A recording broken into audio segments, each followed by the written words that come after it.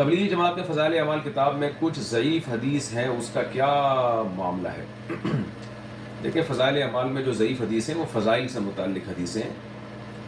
اور محدثین ہمیشہ سے فضائل سے متعلق حدیثوں میں ضعیف حدیثیں بیان کرتے آئے ہیں۔ یہ بہت سے علماء کا موقف ہے کہ فضائل میں ضعیف حدیثیں بیان کرنا جائز ہے، اور اہم ترین بات یہ ہے کہ حضرت مولانا زکریا رحمۃ اللہ علیہ نے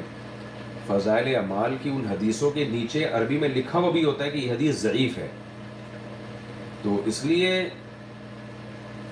اتنا اشکال تو بنتا ہے کہ جب تبلیغی جماعت کا کام پوری دنیا میں پھیل چکا ہے تو اس کا اسٹینڈرڈ بھی بہت ہائی ہونا چاہیے۔ ایسی کتاب ہونی چاہیے جس میں ساری حدیثیں صحیح ہی ہوں، مستند حدیثیں ہوں۔ تو مشورے کے طور پہ تو تبلیغی اکابر کو یہ بات علماء بتاتے رہتے ہیں، تو اگر تبلیغ کے اکابر اس پر عمل کر لیں، ان کے لیے عمل کرنا ممکن ہو تو بہت اچھی بات ہے، لیکن اگر وہ اس پر عمل نہیں کرتے تو یہ کہنا کہ یہ فضائل اعمال معاذ اللہ من گھڑت کتاب ہے، تو یہ بہرحال ٹھیک عمل نہیں ہے، یہ مبالغہ رہی ہے مخالفت میں۔ تو مشورہ ہمارا یہی ہے، میں تو چھوٹا منہ بڑی بات ہو جائے گی، بڑے اکابر کا مشورہ یہی ہے تبلیغ کے اکابر کو کہ بھئی آپ اب کوئی ایسی کتاب تبلیغ میں رکھ لینا جس میں ساری حدیثیں اوتھینٹک ہوں، مستند ہوں،